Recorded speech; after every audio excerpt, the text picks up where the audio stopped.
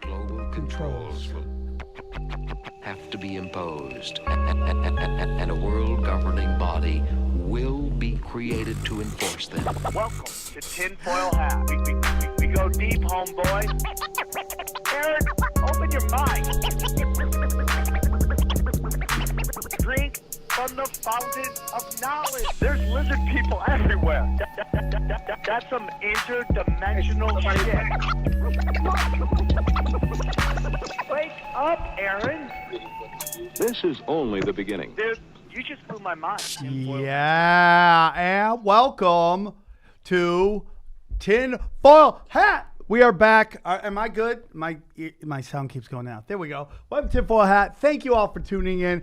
You know who I am. You know what I'm here to do. Joining me as always, XG in the place to be. Back from his triumphant gigging in the East Coast on the East Coast. How was it? It was great. Cold as fuck though, dude. Cold as fuck. Yeah, don't It appreciate wasn't that. actually even that bad. If you think that's cold as fuck, you should never go to Minnesota or Edmonton. But it was great. You know, shout out to everybody at TFH. You know, shout out to my boy Mike. And everybody at that wonderful restaurant. It was a great restaurant. And Great vibes. comedy club. Yep. It was fun. Packed house first show. Packed house. And then the second show, pretty full, but all Tinfoil Hat fans. And it makes me very excited and very thankful. It makes me want to work harder and harder and harder for you guys to put out the best show ever. Now, I know last week some people weren't excited about this episode on UFOs. I get it. I didn't know that. Halfway through, I'm like, okay, this guy, it's so weird. But that's going to happen once in a while. But we caught it, and we pressed them, and I feel like at the end of the day, we know who's who doing what, in my opinion. So it's good. But this week, I'm going to give you 3 episodes because we only put out 1 last week. I'm going to give you 3 episodes, and these are all going to be killer episodes. And I have some huge news coming up. I can't announce it. I haven't even told the people in the studio it. It's going to blow your mind. But just know it's coming, and it's going to be amazing, and it's going to be a game changer. So I'm excited. Big things are coming for this show, man.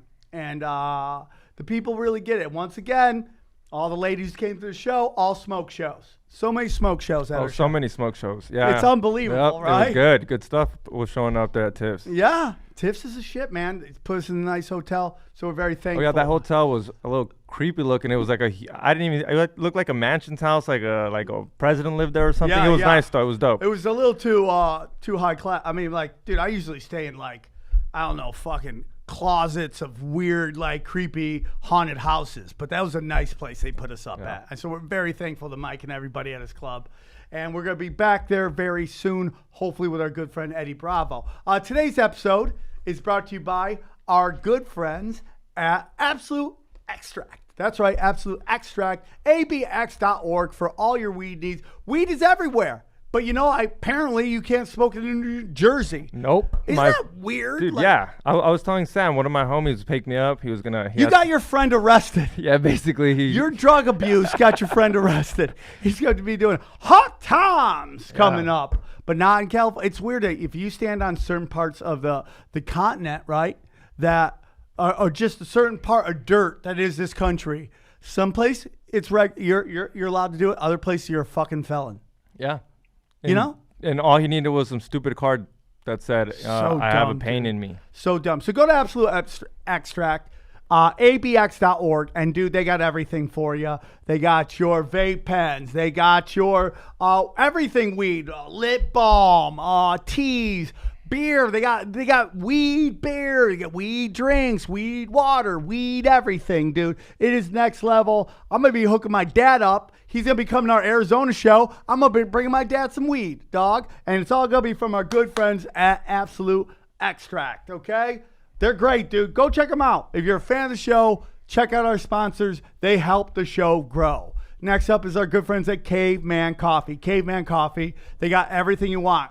Teas, coffees, nitro. It's independently owned by our good friend Tate Fletcher, and we want to help them out. Use the promo code Tinfoil Hat, and you will be able to get 50% off any of your purchases, guys. You want to get you don't like Starbucks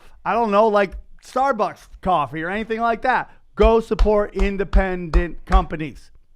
Go do that. So help them out. Once again, that's cavemancoffee.com.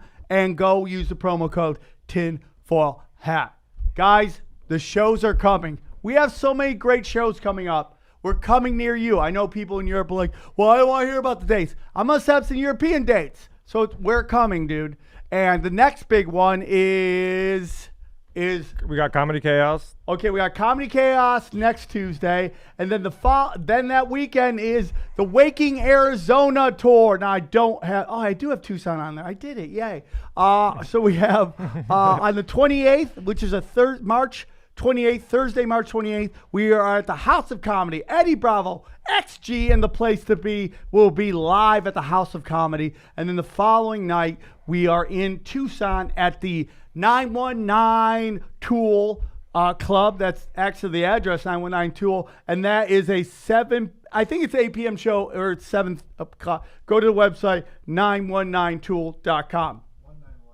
191tool.com.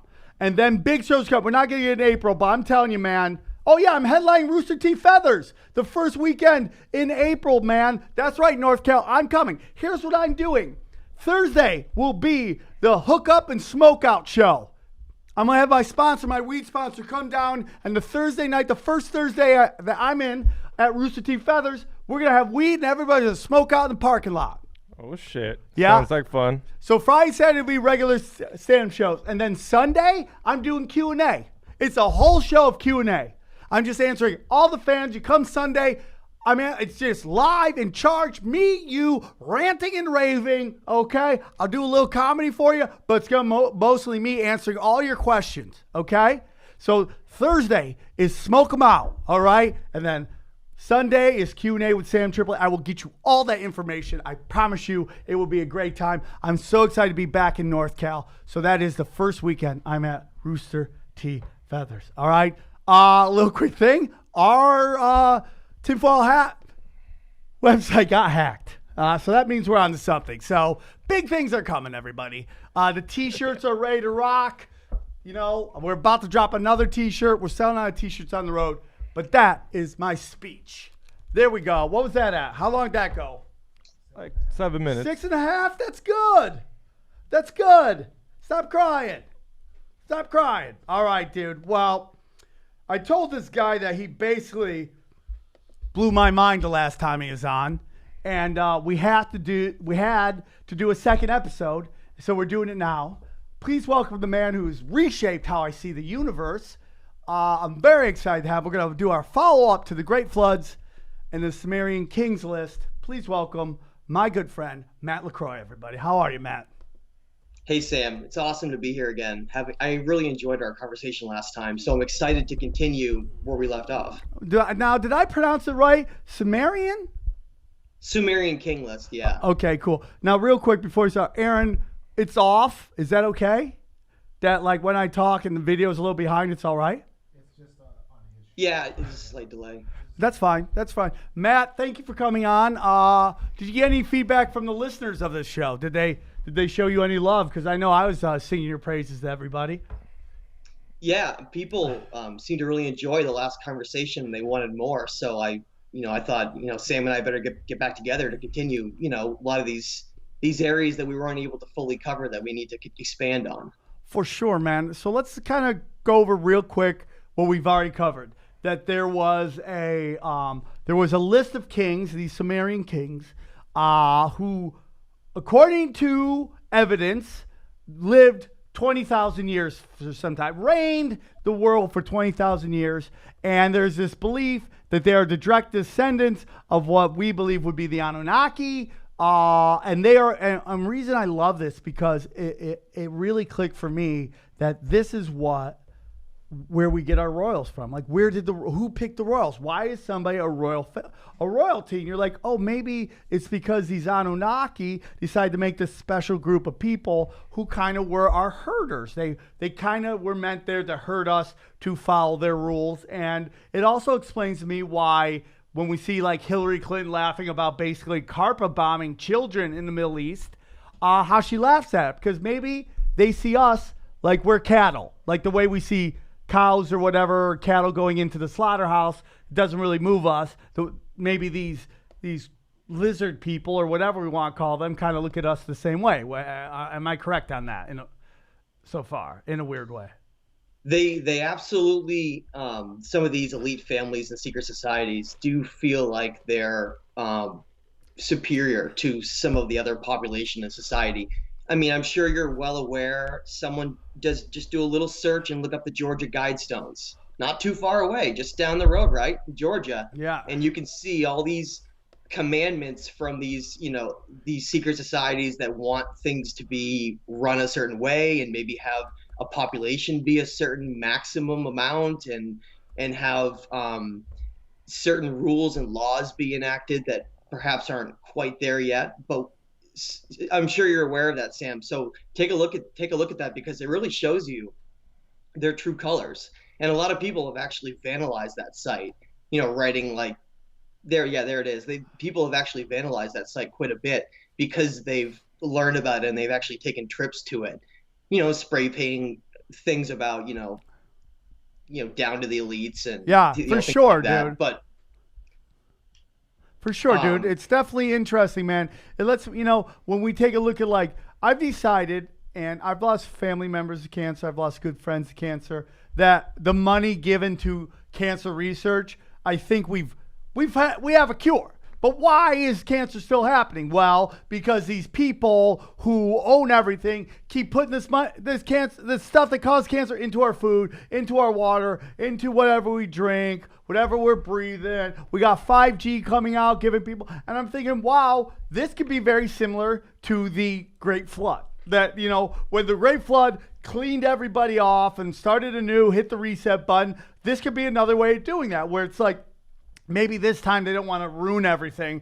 Maybe they want to just get rid of the people and keep everything else intact. What a great way of doing this, through 5G, through all that. It's like, hey, man, if farmers don't want their cattle to unionize, to get rules and do all that shit. They want it to regulate. And I could see all that going on. It kind of fits into what you've been talking about. Yeah, it starts to make sense, and is he there? It's a really dark area, and okay, hold on. Can you hear him? Can you? Okay, go on. There, we got better headphones. Go on. Sorry, Matt. Oh, okay. Can you hear me? Okay. Now I can. Yes, go on. Sorry. Okay. It starts to make a lot of sense when you look at the way that they're running things with wars and just not allowing big pharma to take over and not allow all these cures to come through, because there's no money to be made in that. And it's clear it's a very dark area, and it's something that should be known, and we should mobilize as a society and force all this darkness out. And it's gonna be baby steps, because so many people, as are indoctrinated into thinking that we live in this happy little illusion where white picket fences and that the rest of the world is in our debt because we're their great saviors, when in reality it's quite a bit of just propaganda mixed in with nationalism forced on people, so that they think, oh, it doesn't really matter what I have based on maybe what at the expense of somewhere else. When that person's buying a diamond to put on their ring, was did that come from some war-torn country in Africa where they're using child laborers? The point is, we have to look at this entire thing from a perspective of what goes into creating an empire that's successful. And what cost is it based on war? Is it what is it really based on? And that's where we're gonna get into as we go deeper into some of these topics. The last point I want to bring up about last episode, and it really opened my eyes, was Mesopotamia. Is that, I pronounce it correctly? Yeah. And where that is exactly where all the wars are going on. And it also is where, like, quote unquote, there might have been a Stargate. So when George Bush says weapons of mass destruction, that's something he might be referring to. And it really does make sense. Like when we see that Venezuela has so much oil and all these, and we're exporting more oil than we take in from Saudi Arabia, you're like, oh, maybe there's something else going on in that region. And maybe this is a very sacred land that is maybe goes all the way back to Annunaki and the Sumerians and all that shit. And it really starts to make more sense to me. Well, let's link all this. Let's start where we left off last time and bring up some really interesting topics. And there's going to be some people that undoubtedly get offended this episode because we're going to be talking about things like what's the truth behind the eagle symbol. Those are my favorites. Those are my favorite episodes. Okay, well, let's get started. So I want to temporarily begin a little bit ahead, though, because we had a very important holiday yesterday that I don't know if you went out to any bars, Sam, but we had this holiday, St. Patrick's Day. St. Patty's Day. And so Day. I wanted to start right out by just, we can break the ice and just break out the truth about what St. Patrick's Day really represents, and then we can backfill and then connect all the way to the Sumerian king list. All right, let's do it. Okay, so while a lot of people yesterday were getting probably very drunk and maybe thinking, well, I'm having so much fun on Irish Pride Day. But wait a minute, it's not called Irish Pride Day, is it? No. It's called St. Patrick's Day. Right. So why is everyone thinking that this is a masked Irish Pride holiday where you're saying, well, you can't talk about St. Patrick's like that. It means you hate people in Ireland. No, it actually has nothing to do with that at all. And we're about to review how, especially places like the United States, tend to take certain ancient holidays and turn them into something that they're really not, based on, keeping the people happy and for sure, dude. Drinking and spending lots of money and all Christmas those things. is a great example. It's like Christmas is about a mushroom. It's not even about Jesus. It's about a mushroom and doing mushrooms and tripping balls, and they've turned it into buying a bunch of shit because some fat guy told you to. Yeah, it's like a materialistic holiday. Yeah. That's all it really is. It's not about love. It's about how much can you spend on someone, right? Yep. And that's really shows you what kind of a society we become. And so let's expose the truth about St. Patrick. And first of all, I want to just get it out there. I have nothing against Irish people. Ireland's an amazing place. Irish people are incredible. Great boxers. This is one of those holidays that actually represents something very evil. And by the time we get to the end of this, you may be quite disgusted with this holiday. I'm sorry to ruin it for anybody, but you can drink and have fun on any night. Hey, dude, I'm sober, so I don't need the drinking. And if I can see less fat people in green stumbling and drinking drunk all over the place, I'll be fine with that. Okay, well, I agree. So let's get started. A lot of people don't actually know what St.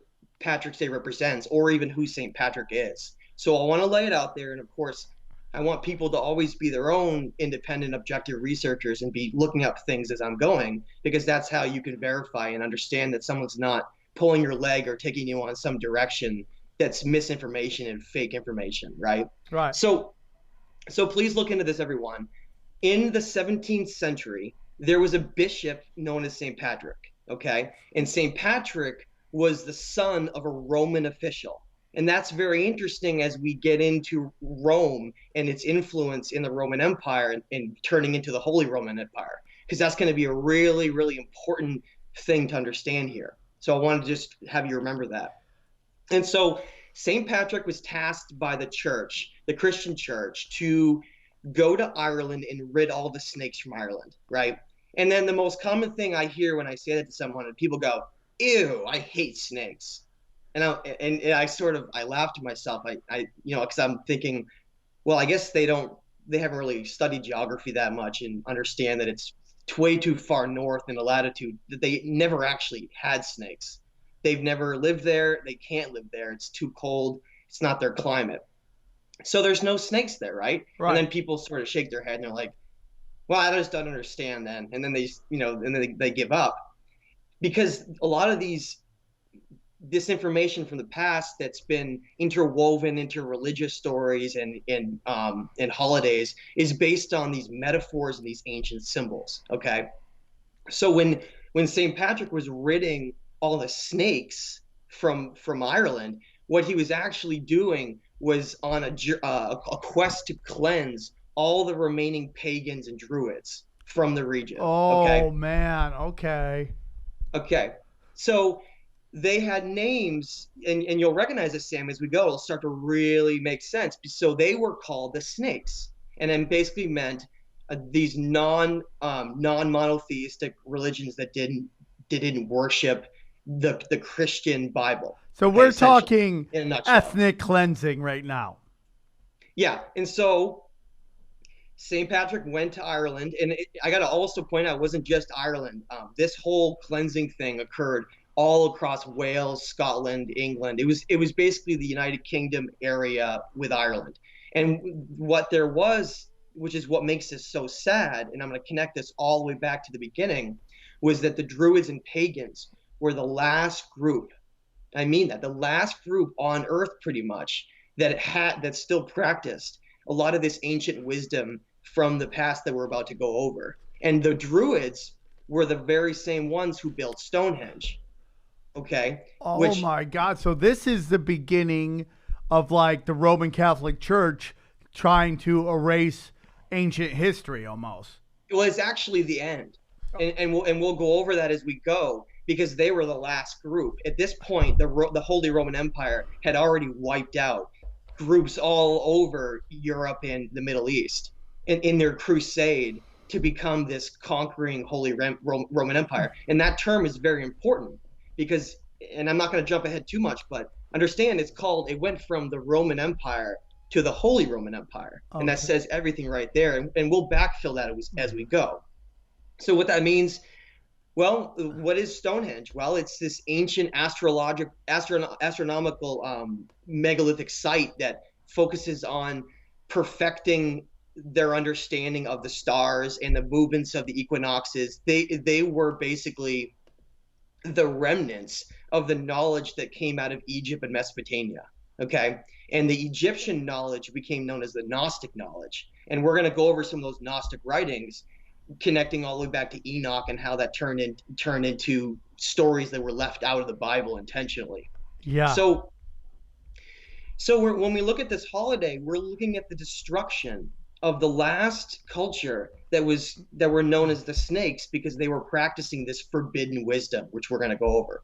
And so the first place we got to start is understanding what these symbols mean, what they represent, and these metaphors that are hidden and confuse people because they don't really understand it a lot of times. The term snakes, serpents, snakes, was a term that represented ancient wisdom, balance, and higher consciousness. Okay, and we're going to go even further back too, because these symbols are like onions. They have many, many layers of understanding. They're not just one linear thing. Okay, so that's on the surface what it meant, but it goes further and it actually represents a complete hidden struggle that we're going to go over here in a second, that I call the War of the Eagle and the Serpent. Okay. But that's what's so important about St. Patrick's Day, is it represents the end of this war, where the last remaining culture that had still had this knowledge and practiced this ancient wisdom was essentially wiped out. And after that point occurred, there was only these fragmented secret societies left that were being hunted down. And the Knights Templar actually was a group that originally was hunting some of these groups down, but then eventually it became hunted themselves and were exterminated because they were hired to be like these cleansers. But like they put down the dogs at the end, these bad dogs, so that they couldn't connect it back to the church, and then they hunted it down. The whole thing is an incredibly sad story. Yeah. So, I mean, like, dude, if you look at it's almost like a great example of that is when Seth Rich gets assassinated by these two MS-13 guys. And then those two dudes end up dead as well. So it's like it's called gangs for security, right? So you get these gangs for security. They do your dirty work. And then once their dirty work's done, you take them out so there's no loose lips that sink ships. Exactly. Clean up, so there's no connections back to the original source. So you can have your hands be clean, right? Right. So, and that's really what this is. It's like organized mob empires going around and destroying whatever was remaining that contradicted essentially Christianity. Can I ask you a quick question? So when we talked about in the last episode about how the Annunaki created this group of this whatever, I don't know. I call them lizard people now just because I don't know whether they're reptilians or not, or they have more reptilian brain in them. Whatever they are a different group than us. Are the Jesuits any possibly part of this, descendants of this group? Think of it this way. Different root races and groups and bloodlines around the planet that then became focused around to become superior. So, one of these beings let's call him Yahweh, may find a lot of superiority in his opinion with this Jesuit ancient Jewish connection. So he wants that civilization to be superior. Meanwhile, another god might find another, like an Assyrian bloodline, may want that one superior. So then they trick the people into fighting each other and killing each other, so that they can sort of have this domination of a certain culture on the planet, a certain race. So there's actually almost like when we see in Bloodsport where these fucking mob bosses, they fund different fighters, and the fighters kind of come and they fight each other just to find out who's the more powerful one. Yeah, and so let's connect this and get into it. And I'm now going to go right back to where we left off to explain what you were just essentially talking about. So where do these symbols first get seen? And let's trace the origins of them to then understand how it became the rulers of empires throughout history, okay, and what these symbols really mean. When we left off last time, we talked about the pre-Diluvian time period, before all these cataclysms, all these ancient Sumerian kings that ruled. And then we weren't able to really connect after that point. And like you said, Sam, it really became this reset. After these multiple cataclysms occurred, it wiped out all these ancient civilizations that once existed, and then it all started over. And that's when this conflict began with, okay, everything started over. Let's create and be the architects of the new world. And then that's where the conflict began, where they started competing. And I'm going to explain who they are. Oh, and man. started competing over which civilization will be the greatest and then rule the world, essentially. Wow. Almost like they're a chosen people that they want to become this superior race. Okay. And so, and I want to just point out, I am absolutely someone who tries to always be open and never racist. I find every group around the world to be amazing. And I try to never angle this so that I'm trying to act like one group is better than another. I'm simply looking at this from a higher perspective. You're crunching the numbers. You're crunching the numbers. You're doing analytics, right? Yeah, and exactly. You're saying this. And so when these cataclysms occurred last time, getting to where the Sumerian king left where we left off, it states that the first king, the first architect of the new world, was going to be this king named Atanya.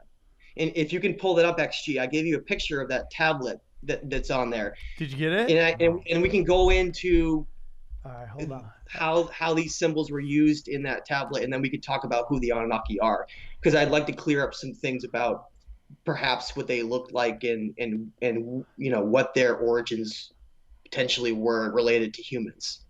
Okay, hold on, we're sending it right now. For some reason, it didn't go through, so my apologies. Okay. So just keep spitballing. I'll just keep talking while you bring that up. So it's that one, right? Atanya was the first king of the post-Diluvian time period. He was the king that was chosen to rule and be the architect of the new world. And it actually states that. And I'm going to read a direct translation from this tablet. And that's why I wanted you to pull it up so people can have something they can look at and then understand, so that it's not just someone reading something they've never seen before. Okay. Go on. He's sending it right now, so hopefully he'll get it. Okay. Yeah, he'll get it. But go on. Okay. So Atanya was, as I said, was the first king of the city of Kish after these disasters occurred, and he was chosen to be the first king. Again, part of these bloodlines. Right. And every one of these kings were the ones who then wrote these tablets and these stories about what occurred, because they're the only ones that had the information. Everyone else, just below their high priest, didn't have any information. It was largely ruled through ignorance, especially after this time period. So the kings retained all this knowledge. That's why they're the ones who wrote these tablets. Right. So while you're pulling that up, I'm going to read from tablet 1 of the Legend of Atanya. So what that is this king of the city of Kish, this post-Diluvian dynasty that emerged out of Sumer after these cataclysms occurred. And he wrote this preface in his tablet that then connects to where we're going to go with the eagle and the serpent. Okay. So, and I'm going to read from tablet 1 of the Legend of Atanya, which begins in states, and this is directly from the tablet. I encourage people to go look themselves. But it starts out by saying in the preface, they planned a city. The gods laid its foundations. They planned the city of Kish. The Ajiji founded its brickwork. Let Atanya be their shepherd. Let Atanya be their architect. The great Annunaki gods, ordainers of destiny, sat taking their counsel concerning the land, the creators of the 4 world regions, establishers of all physical form. Okay? And so that's how it starts. And if you look at some of the words they used, they specifically stated that Atanya was chosen to be the architect of the new world. And he was then given all of these laws and these rules handed down, just like Hammurabi was when he became the ruler of Babylon. Okay, and we can talk about that later. Now, what's important about that is once you get past the preface, it then gets into discussing this very symbolic, metaphorical story of this what happened with a serpent and an eagle, and it's one of the first representations we have, cuneiform tablets, that actually talks about it. Okay, so the first thing I want to clarify is that these symbols go back to the very beginning, and they're not simply what we think of as a linear perspective to look at things. They go back to a complete mentality that ruled these gods. Okay. Yeah, I love this. So yeah, it's like mind-blowing stuff when you actually look at how all of this information was present in these tablets and cylinder seals, and then you see flags and crests all over the world. Yeah. And you can see how it mimics it. And we're going to bring that up in a minute. XG can get that flag picture ready for later. We can show the extent of how these symbols have influenced human civilizations all throughout history. Okay. And to be clear, there are other important symbols too, like the bull and the owl, okay, and the lion.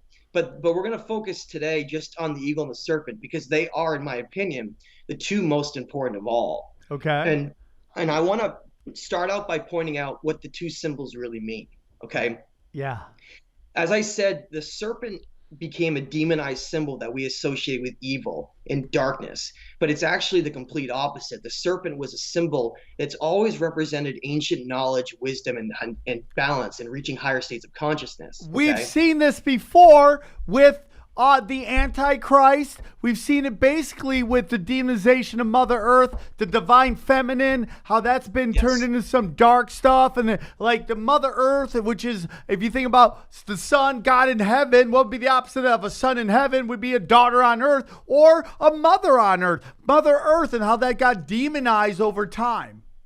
It did, because it's this feminine creative energy, and that's what we're going to start to go over. Because these gods wanted to be the creators, not the natural process that connects, this conscious intelligence of the universe. They wanted to be the gods. And so you find this emergence of especially Christianity demonizing a lot of the most important terms of all. And like you said, Sam, it's very confusing because people quickly learn that most of the most important things became the opposite of what they really mean. Yes, and that's what we're about to go over. Yeah. It's called an inversion, or even a perversion too, because that means you not only invert something, but then you demonize it so that it's essentially a dark version of itself that people think is evil. Okay, and that's exactly what happened with these symbols. So I explained the serpent. Well, now what about the eagle? Well, you're coming, your stage is in America. I'm across the other side of the country in America, and we have flags on every doorstep with this, big eagle flying back and forth. And we're told that the eagle represents freedom and, freedom and truth, and being this like a savior around the world, right? Yeah, for sure. And yet at the same time, were this advanced, essentially like almost like an advanced Roman Empire that then like governs the world and gets influence in all of its affairs and puts in proxy dictators just to follow its own rule. It's really interesting that the symbols just don't make sense, do they? Because when we look at that, it's an opposite of what's supposed to mean. And that's exactly what happened. And that's going to be very difficult for a lot of people to accept. So what does the eagle really mean? What does it mean, dude? What does it mean? The eagle has nothing to do with an actual eagle. Okay, eagles are beautiful and they're wonderful and has nothing to do with the we don't want to piss off the eagle people, all right? Exactly. This is not just anti-eagle like people. Is really not that representative of the actual physical snake, other than the fact that it sheds its skin frequently, like a metamorphosis of someone's consciousness. Yes. Okay, but getting back to the eagle, what the eagle truly represents is that which can see all. It is the highest flying bird of all, so it sees everything. Okay, and it represents this dominated masculine energy. Okay, and this control through demiurges and even war. It's actually quite a negative symbol, because what it essentially represents is this struggle between our two sides. Either one through what the Gnostics call our demiurges, which is like the material obsession, greed, money, and control over that which is the opposite of something that would be spiritual and balanced. And it's that's almost what these like two sides represent. We kind of talked about this last time, where it represents this kind of things we're seeing on the all-seeing eye, the spying, the mass surveillance of this group higher above everybody, mass surveillancing everybody. So it symbolizes the highest view of all below, almost. Yeah, and now it gets even more wild than that, because when you read these cuneiform tablets about who these gods were, you find out that there was this conflict that emerged. Okay, and I encourage people to check that out. It's absolutely mind blowing. There was a conflict that emerged essentially with these two brothers. Okay, and these two ancient brothers were given control over essentially Earth. That's what the ancient stories say, and this isn't just something that comes from Zechariah Sitchin. This story of this divide that developed over human consciousness is shared by cultures all over the world, from Peru and India all the way to Egypt and Greece and Mesopotamia. It's all around the world. It's the same reoccurring story, where it's talking about how, like getting back into the Adam and Eve story, it's talking about how there was this conflict that emerged, where one side, think of that story, that biblical version, the serpent wanted to give Adam and Eve the knowledge of good and evil to give them higher consciousness. But this God figure, we can just throw an eagle on his lap. He wanted humanity to be ruled by ignorance, to not understand good and evil. But yet, at the same time, even with that right in people's faces, they think that the serpent is evil, even though the description completely goes against the model of what they're being told. Because why would there be a God figure that has humanity's best interests in mind, that doesn't want them to have knowledge of good and evil? Okay, and that's exactly where this is going to go.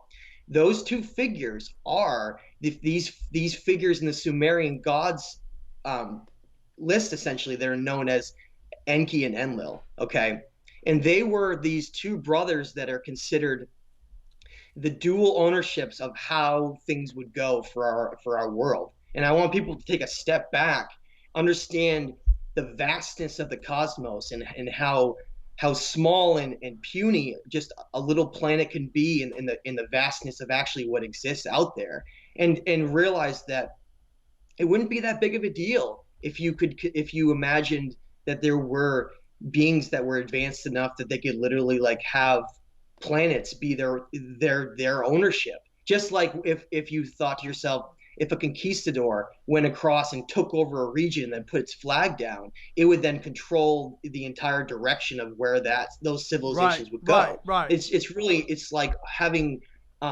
it's like owning some piece of land somewhere, so that you want to decide how it gets run. So these Mesopotamian tablets talk about how there was this divide in this struggle that occurred. And getting back to the legend of Atanya, Tanya states that there's this, he describes how there was this ancient story, how there was a serpent and an eagle who tried to work together in trust to better the future. And the eagle betrayed the serpent and then cast it down so that it was forced to rule in the underworld, okay? While the eagle then was able to control in the air and the higher dimensions. Yeah. That's really how we got to look at this. Okay.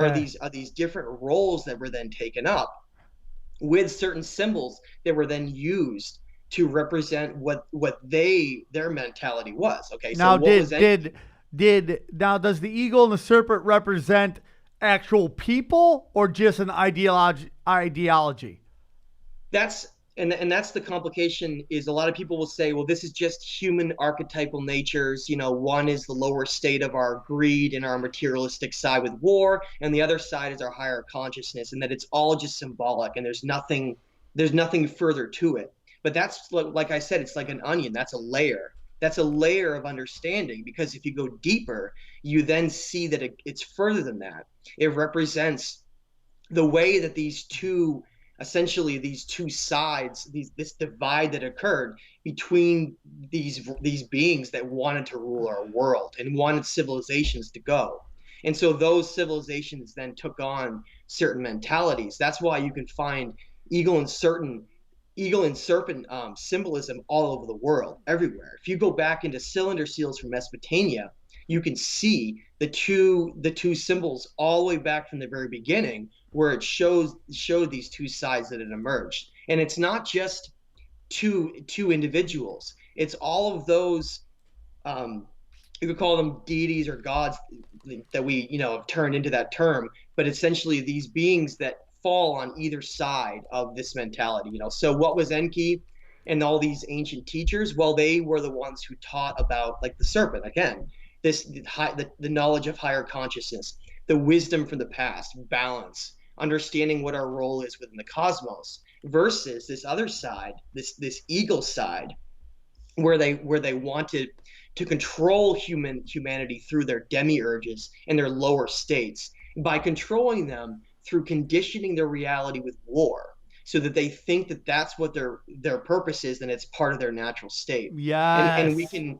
And you see that now. You see that now. Everybody like, well, but just America. That's how we. That's what fuels our economy is war. We're America. We've been in war every single day of our existence. Like, well, that's not necessarily have to be, and it's not natural. I don't believe. And we've been conditioned to believe that is natural. And it's been going on forever. Rome. Yeah. But it's like, that's this group of, like, these dark arts motherfuckers who are obviously of the eagle, when I'm all about the serpent, Doc. Well, let's get into it, and let's connect all this back to where we started with St. Patrick's Day. So even as far back as looking at something like Alexander the Great, who conquered a lot of these regions, he's always shown and depicted with this eagle following him. Okay, that's the symbol showing that he was basically under the favor of that certain god. Okay, it was like representing the different sides that ruled here. Wow. So symbolism ended up being the telltale sign of who was controlling and deciding how those certain areas would go. Okay, and like I said, when the Druids were essentially cleansed and wiped out, it was the end of the serpent. There was all these cultures that had once existed around the world had been conquered. And we'll get into that too, especially when you look at things like the flag of Mexico and a lot of these ancient cultures of the Americas. Yeah. And what occurred with them. So, and then now this might blow your mind. So this figure of the serpent we're talking about. Oh, there you go. There we go. This symbol of the serpent that we're talking about, remember, it's this demonized term, right? Right. When we think of who this Satan figure is, and we think of these different roles they took on, remember and that's the flag of Mexico that we'll talk about. Yeah. Can you leave it up? Aaron, can we see it again? The struggle right there. Wow. Yeah, dude. The eagle versus the serpent, dude. There it is. Oh, my God. And the eagle is winning. Yeah, and not only that, but the eagle is holding the serpent in place and controlling it. Like if that was just a symbol that went back to cultures, it wasn't connected by anything, then why is it shared all around the world? That is it's crazy, the most right? common symbol that's shared by all of these cultures, and we'll talk about that. Well, the Okay. myth supposedly about it being found, about the reason that's on the Mexico flag is technically because when one of the Indians was sent to be told that when he found a snake on a cactus being eaten by an eagle, technically that's where Mexico started. So when he saw that, that's what gave him that thing Yeah, where this that's is what Mexico. you're being told. Can Yeah, you guys that's what hear he's me, by the being way? told. Exactly. Can you hear me? I Sam can't hit it hear right Matt. on the nose. You're talking Okay, about there we go. the story that was given after the Catholic Church conquered Mexico. Okay? Yeah, dude, for And- sure. And we're jumping a little bit ahead Okay. until we get to that point. Pump the brakes, But XG. we're Pump going the to talk about brakes. that a lot when we talk about these conquerors of Mexico. Okay, and I know I have 20 minutes, so I got to get going here. Yeah, dude, But get remember, deep, dog. Getting into it, Tanya, remember this symbolic story of how that the eagle tricked the serpent Yeah. into ruling in the underworld? You That's the motherfucker. story of Enlil and Enki. Yeah. And it's the two roles that they ended up getting. Remember, they were these dual rulers of our world. They were Now, brothers, and one of them turned on each other. Is that it? Yeah, exactly. So Not cool. Enlil was the one that's always been associated with the eagle. Always. That's his symbol. And then all the sons and the various influences and incarnations that have come after, they tend to follow the influences of their father or these mentalities. So it became literally a war over how the human race would turn out, essentially. And when you look at the last several zodiacal periods, meaning thousands of years of time between changes in the precessional equinox and things like that, you find that these different time periods have been ruled by either war or like go way back to the golden age of these civilizations. They call it the golden age because it wasn't being ruled by war. It was being ruled by higher knowledge and technology. That's when those civilizations were destroyed after the reset. Then you saw this control come in where all of these human cultures around the world were then coerced into becoming warring empires. And that's why they all have eagles on their flag, okay? But it getting back into what this means. So Enki was tricked into becoming the role of ruling the underworld, okay? And what is the underworld? It's the Christian term for hell. That's essentially what it is. Yeah. Okay. Yeah. Now, and his term was Lord of the underworld, or freshwater, or Absu, which was this underworld aspect that we need to understand. It's about energy. Okay, it's about understanding what this place is. Why do people keep incarnating over and over again, and then they have some strange memories of some other past lifetime? They're like, I don't understand. Is that deja vu? What was that? Well, what really is going on here with our incarnation? Are we stuck here? Are we here to have to learn and grow and have to incarnate over and over and over again until we can become a certain kind of person? Well, where did that come from? Well, I can tell you exactly where it came from. If you read in the Atrahasis, these two, again, this understanding is perhaps, and I point this out as I'm finishing the new book, it may be beyond our human comprehension to be able to understand, but these beings took on certain roles in our reality. Enki was forced, and those along with him, like Thoth, this high priest, were forced into ruling essentially the underworld and controlling human consciousness and incarnations, while Enki and some of his other sons were the lords of the air or the higher dimensions. What is heaven? We just said what hell is. Heaven is just higher dimensions. So when they talk about in the Christian Bible, you say, well, I hope you ascend and go to heaven. You're talking about this ascension of energy to reach higher states, or being recycled back through the underworld so that you have to relive this over and over again. Which goes back to this fucking Tibetan Book of the Dead, going essentially to another one, which is Matrix shit, which is like the Archons send you back into the light. They act like your grandma, and you're like, oh, grandma. Grandma's like, oh, come with grandma to the light. Boom, you're reborn again. And this is what's going to totally blow people's minds. Is Enki was forced to rule the underworld and became this Satan figure. That's why when you look at depictions of him with his trident, it's the inverted version of the pitchfork that this Satan devil figure has. It's the way that the church has inverted it's to demonize these certain figures in history. Because remember, Enki was forced to rule the underworld, where Enlil was forced to rule the higher dimensions. And this is where Forced or chose the Anki upstairs? Was he forced or did he choose to do that? Well, he had certain traits and understandings of energy, and basically what it meant was he was in charge of soul incarnation. Okay, he was the judgment behind what souls were going to incarnate and what weren't. But he had to follow certain guidelines, and so that there wasn't someone couldn't ascend unless they reached a certain state of, well, I'm going to actually study and learn this stuff rather than just hearing it from someone and then thinking that I'm enlightened. Okay. Which is what I'm doing right now, by the way, Egypt, which is sirens. completely what I'm doing right now. I am just hearing you and I'm just feeling totally And he's enlightened. gonna tell everybody. Yeah, I will. I will Yep. literally just take everything you said and just regurgitate it through my stupid.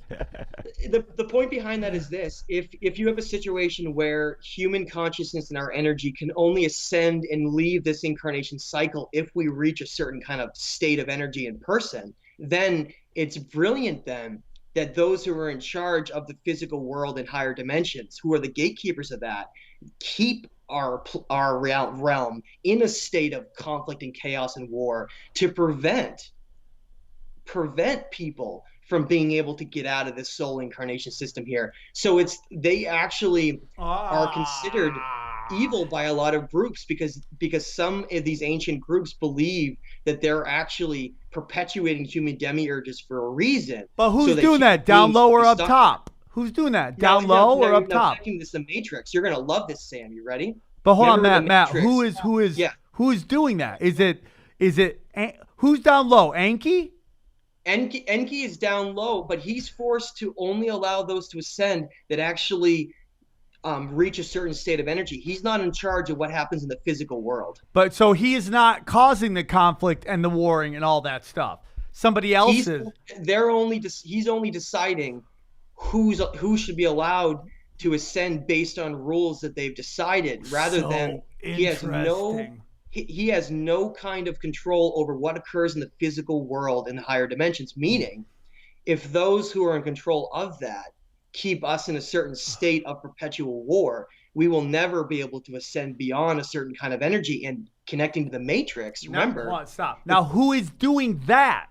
Who is it this elite group that's been created by like these lizard people that are getting us to always be at war so we can never get this higher state? I don't believe, based on any of the depictions, if you look at murals, you can see what the Anunnaki look like. They actually call themselves in the They're giants, they call right? themselves the Annuna, okay? And they have depictions that show them. They're just tall, advanced humanoids. But I just want to throw that out there. Okay, but what I'm talking about is this group of people that you have stated were created to rule us, right? This ruling class, this ruling bloodline. That group. Are they the ones? So basically, when the age of Pisces came, which occurred after the flood, those who were in charge of that age happen to be those that are in the that I talk about, Enlil and Ninurta and some of these figures we're about to go into. Because they were in charge of that time period and they're in charge of essentially our physical world, represented through the eagle, they decided to just keep humanity in this. There we go. That's what I was talking about. In these perpetual elite families that would force war to occur. There we go. If that's hard for people to stomach, I understand. But go look at a quote from essentially Gödel Rothschild. She was the mother of all the Rothschild bankers that then went out to all the different banks around the world. And what she says on her deathbed, and I seriously, go look this up, it'll blow your mind. She says on her deathbed, if my sons didn't want war, there would simply be none. Yeah. That's what she says. And she's talking about her sons who became some of the most powerful bankers on our planet, and how they're part of these secret societies and bloodlines that control our entire world. Yes, they control everything. Yes. There it is right there. Thank you. Look at that ugly bitch. Somebody fuck that. Now that's important. Fuck your grandma. Like they're essentially doing the work of some of these powerful past rulers, and they actually they don't specifically have the symbol of the eagle because they're connected to essentially the power of the Jesuits. That's why they have the symbol of like the lion, essentially. Okay, so there are other symbols involved in this, but the point is, some of these beings who were really jealous and didn't want the human race to ascend and become greater than even then potentially, because we're just essentially these jump-started beings that have their gifts of their intelligence and higher consciousness. But the problem was Enki, this Satan figure that we talked about, the serpent, he's the one who created humanity. That's what all the tablets say, is that he took this Denisovian Neanderthal primitive being that was not more primitive being, I should say, that was here. And then they took their DNA and they jump started us to become like these advanced beings. But the problem was Enlil and a lot of these other groups that created this divide, again, this war of the eagle and the serpent, they didn't want humanity to have higher consciousness and to ascend. That's that Yahweh God figure in the Adam and Eve story. It's the same thing over and over again in all of these religions. They essentially found it was a threatening thing that we never deserved those gifts that were given, because the problem was we were created as more or less like a primitive worker, but slaves on this planet. But we were given many, many more gifts than we were supposed to by this Enki figure, which is why he became demonized when a lot of these other rulers took over essentially religions and the way that the bloodline families would run. So the serpent who gives knowledge. Now the serpent, the apple, is that symbolism, or is that just like he gave knowledge to Adam and Eve, and Adam and Eve were like, fuck this, we're out of here? Yeah, like eating an apple, getting knowledge and then understanding it, and then understanding the world around you. That's been this big conflict that's been going on between how if you have these two brothers and this two divide that occurs between them and they hate each other, then you would essentially fight over who became the dominant one. Okay. Yes. And that's where this is going to get pretty amazing for those who understand history. So where did this start? Well, I'm gonna connect all of this. In the book of Enoch, it talks about these watchers, and it talks about how these beings are constantly watching our timeline in our world. Okay, go look at that. That's what it talks about. They're the same thing that's mentioned as being like these fallen angels and those who are higher up watching. It all connects back to how the human race is essentially, we're like an experiment in consciousness that's being observed and manipulated in many ways to see where we end up. Okay, dude, so that almost plays into simulation theory. Yeah. Now I'm going to get back to what I said before that connects to the Matrix, because I know how much you like to talk about that. Remember in the Matrix how people are being forced to live in like this illusion while they're being used for energy. Yes. Right? And they're not able to go anywhere, and they have to keep continuing over and over again. And then Neo breaks out and realizes that the human species is like a slave for energy. Okay. Yeah. That's exactly what is essentially happening here. Oh my God. These beings, what they really came here for wasn't really gold. That's just that's a byproduct of understanding advanced technology and things like in alchemy. The real reason they came here was to take advantage of controlling essentially endless amounts of energy so that they could live forever. Okay. So when you have horrible false flag events occur here, or all this evil that keeps perpetuating over and over again, they're essentially feeding off of the negative energy to keep the race control. And dude, a big part of that they think is, Stevie Weeby was talking about it, is like, look at the moon, man. Like, some people think the moon is the energy connector. And if you like great examples, like have you ever looked at Pac-Man? Think about what he's talking about, right? The Pac-Man looks like a moon, right? And it chases you down and it eats you. What happens to you? Your ghost goes to where? This regenerator in which you're reborn and you're spit back out. And then it eats you again. And get this. Our moon is larger than any moon in relation to the size of our planet that any other place that we know of. Oh my God, it all connects. What essentially it means, not to get down on a whole moon talk, but there's strong evidence that the moon was actually an artificial construct. It was put in place to create this soul incarnation trap. That's here. Okay, so that these beings could essentially live forever and feed off of our energy.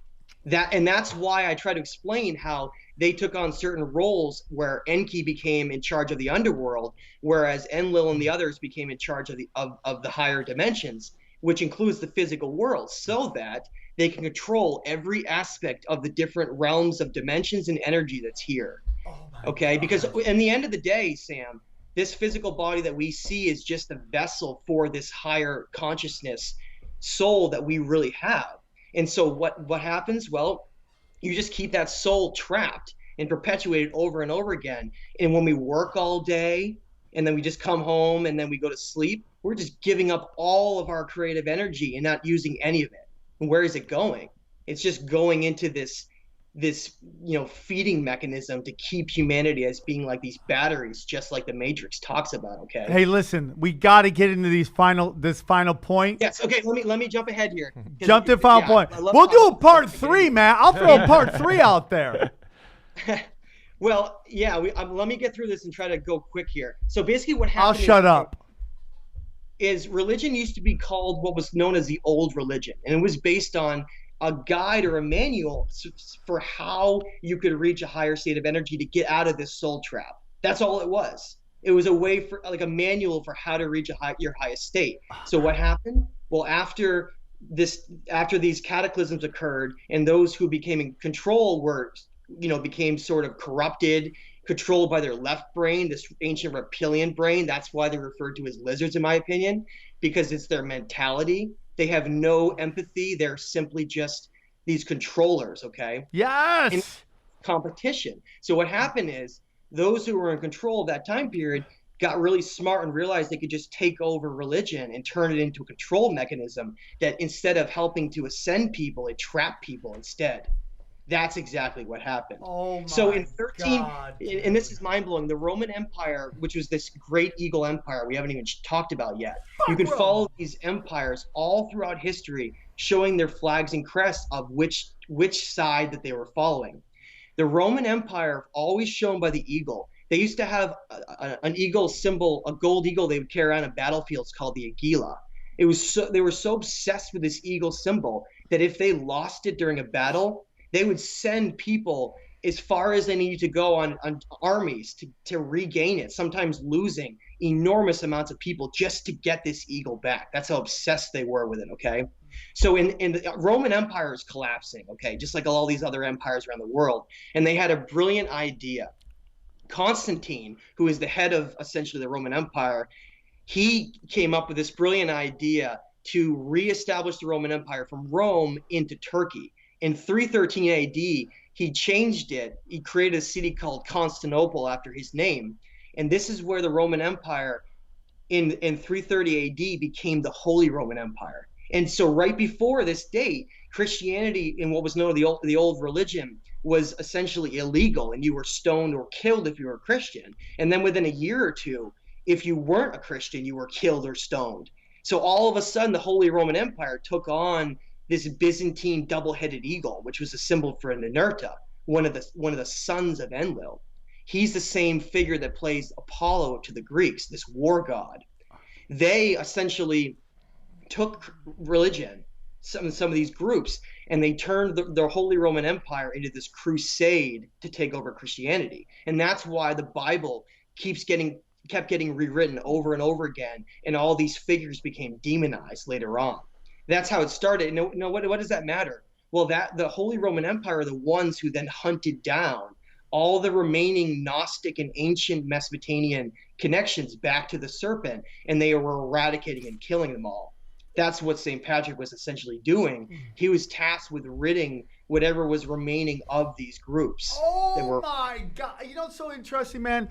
We think about people who wear, like, let's say something like blackface, and how everybody loses their skull. And I understand that, and it's right.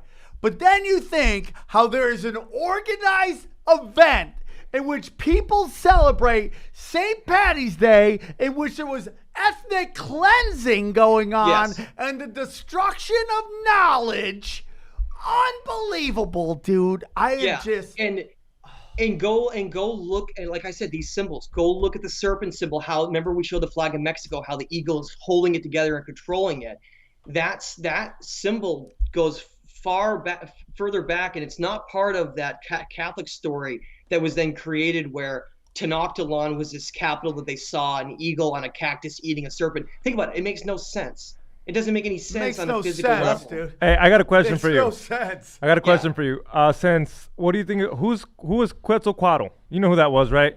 Yeah, and we have so much to cover here. Dude, we haven't even talked about we're doing a the number Aztec. 3. We're gonna do a number 3. Yeah, because guess what? We have to go over Columbus. We have to go over We're Pizarro. gonna do a number 3, dude. We're gonna do a number 3.